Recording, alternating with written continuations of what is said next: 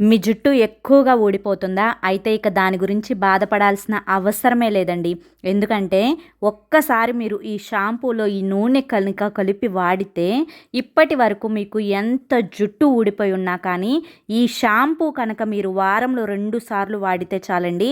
మీ జుట్టు ఊడడం తగ్గుతుంది ఫస్ట్. జుట్టు చాలా పొడుగ్గా పెరుగుతుంది.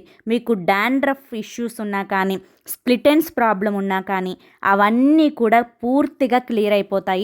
జుట్టు అయితే అసలు మీరు వద్దు వద్దు అన్నా కానీ పిలకలా ఉన్న జుట్టు కూడా ఒత్తుగా పొడుగ్గా పెరుగుతుందండి.